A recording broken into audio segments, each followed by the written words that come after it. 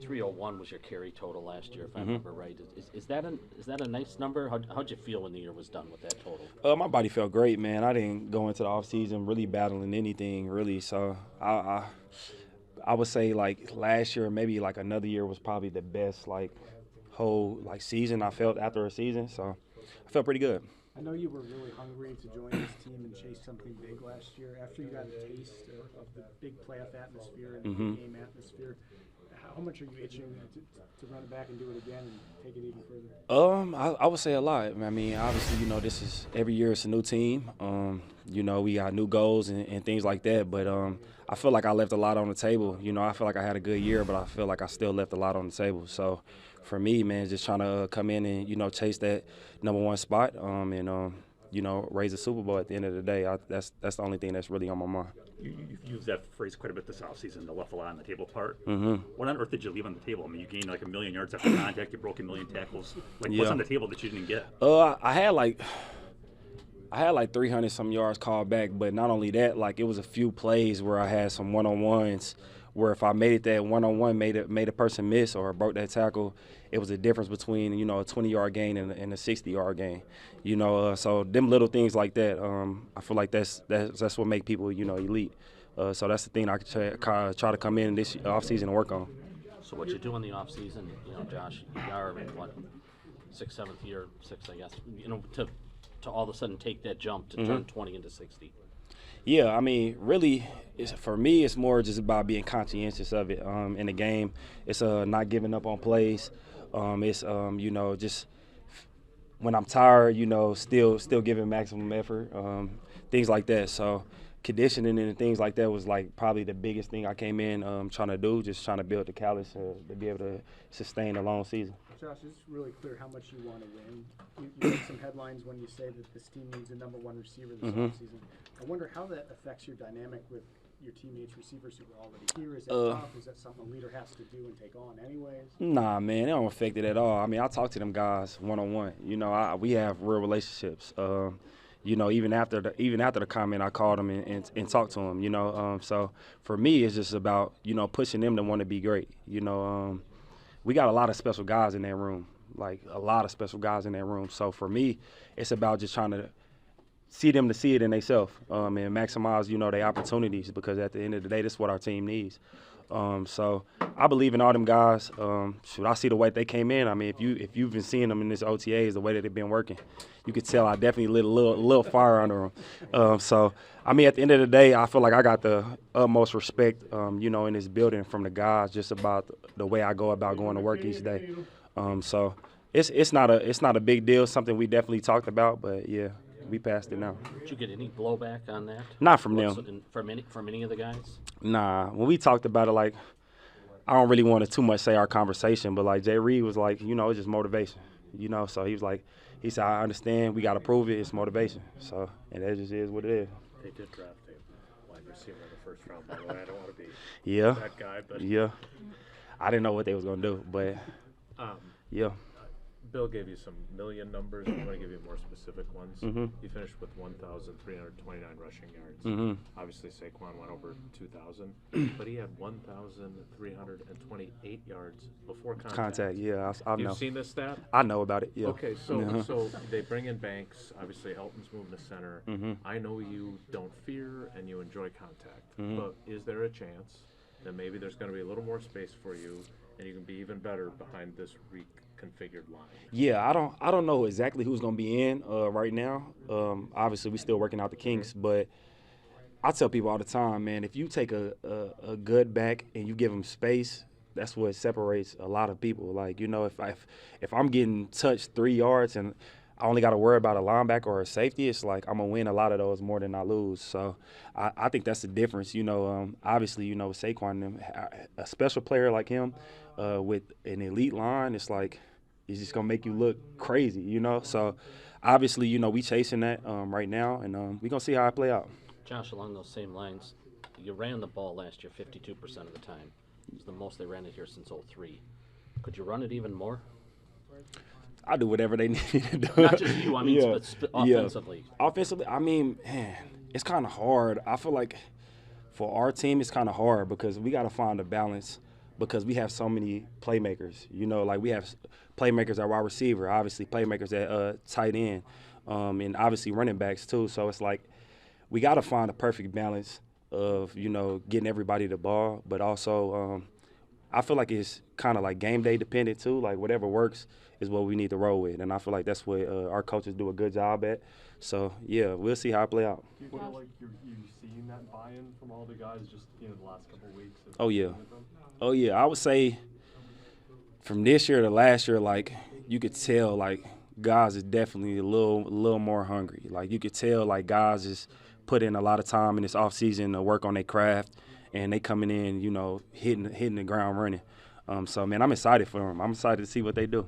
Josh, I know for you it was probably great to get back to the playoffs, but Mm-hmm. with the way things went in Philly, how much did that marinate this offseason? Yeah, I mean, just to see, you know, them obviously the Eagles go win a Super Bowl, and in my opinion, we played them the best out of any team last year, and we was banged up a lot at the end, you know. So for me, seeing how close we are is just about figuring out what we need to do to take that next step to get over the hump. And like I said, it all comes down to putting in the work, putting in the time. You know, obviously we added some pieces on offense and defense, and hopefully we can all marry together and see how it goes. Where do you feel like you guys rank among the NFC elite right now? I know 2 losses to the Eagles, 2 losses to Detroit, 2 losses to Minnesota. Yeah. Right there in a lot of them. Where do you feel like Yeah, it's kind of hard to say right now. You know, every year is a new year. Every team is different. But our objective always was to win the North. You know, win the North first. And that's still something that we take a lot of pride in. That's something that's been a big focus for us. With last year being your first year here, is there an acclimation process for the offensive line to get used to you as a runner, or is it just the plays to play at the end of the day? Man, I always tell them, shoot, just get on somebody, I'll make you right. Literally, I tell the line that, I tell the receivers that, I'm like, get in the way or get out the way, whatever, but I'll make you right. Just don't completely blow the assignment, you know, but I try my best to help them out. I feel like, you know, it's a partnership at the end of the day. I can't do my job without them, and, when they do their job, I make them look good. So, you know, that's a part of it. Hey, Nate Hobbs is new to us, Mhm. it's not to you. Yeah. What do we need to know about him and what he'll bring to the defense? Nate Hobbs, man, he's a dog. First off, he's a dog. He's a guy that's going to come in every day. He's going to work hard. You're going to see him on film. He might make mistakes, but he's going to be flying. Everywhere he's going, he's going to be flying. He's not afraid to hit. He can cover. He can run. So I think he's a good addition. I don't really know too much how they're using him on that side yet, but he's going to be a good addition to the team. I feel like that's kind of an identity with what this team's looked to do. I Mhm. mean, X is that on defense. You Yep. came in, you're a bulldozer on offense. I feel like you love that contact. You've said as much. They go get a really speedy first-round receiver. Mhm. They bring in a guy that's plays fast. Edrin's a fast guy. Mhm. Is that an identity that you believe you've helped forge with your addition last year, and do you see that as something that makes a difference when it counts in big games? Yeah, I mean, definitely people that understand, you know, the callous that it takes to play this game at a high level. People that understand that, you know, the game, you know, that's a lot of that come with playing fast, is understanding what to do and, you know, being able to read the offense or read the defense, and it helps you get a little bit of an edge, but also playing with a certain mentality. So I feel like we got a collective group of guys that have that mentality, that's willing to put the work in, but also is ballers. So I think it's going to be fun, man. I think it's going to be a good year. Josh, You know- we oh, go ahead. kind of got a feel for you as a leader, both in terms of being able to talk to everybody and then, like, you know, making Marshawn ride with you every day. So you Mhm. did the one-on-one leadership too. Matt challenged Jordan after the season to be more of a vocal leader. Yeah. Does he seem any He already different doing to it. you? He Is already doing it. In Mhm. what ways are you seeing that? Because he also still has to be true to himself Yeah. and the way he is. Yeah, I think Jordan, I think he's comfortable. You know, like, and what I mean by that is, like, he understands this offense in and out. He understands defenses. So now he's at the point where he can just play and really be who he is. But he definitely has been more vocal, whether it's at practice or even in the meetings, man. If he sees something he don't like, he's speaking up. And, you know, that's something me and him also talked about, you know, just about being a guy. You know, you the quarterback. You got to be that guy. And I'm not saying that he's not that guy, because he definitely is, but just on a more vocal level. But he's definitely stepped up a lot this year. I've definitely seen a big change in that. You know, Jason mentioned Barkley a little while ago. Mhm. Won the rushing title. Everybody considers him the best back in the league. Yada yada yada. Does that put a chip on your shoulder at all? But you do. It is kind of a different game because you're Yeah. just getting a lot of yards, like Jason mentioned before, contact, and you're not. So it's kind of apples and oranges if you're just looking at numbers. I mean, if we looking at numbers, since I've been in the league, it's not a running back besides Derrick Henry that's had more yards than me. So I'm not too much really into like comparing myself to people. I kind of try to play my own game, and every day I feel like I compete to be the best version of me. And even my best version might not be better than somebody, you know. But at the end of the day, I feel like I'm gonna come in and put my best foot forward every time. So it doesn't bother you that, I don't want to say you're overlooked because you're a Pro Bowler and all, but Nah. That doesn't bother you at all. Nah, everything play out how it's supposed to. Josh, just bigger picture though, what was that like for you to watch last year, kind of the rebound of the running back? Because, you know, a generation ago we had Walter Payton and Emmitt Smith and LaDainian Tomlinson or whoever. They were faces of the franchise, and we kind of saw that come back last year. I mean, everything I feel like in football, really in life, it comes full circle. You know, so to see a lot of these guys starting to step up and, you know, being real big and key to their teams, I think it's big. I mean, I think it's big for, you know, the younger guys coming up that when, you know, it's time to get paid and things like that. But also, I think it's big for, you know, the guys that just want to showcase who they are and, you know, what their talent and things like that.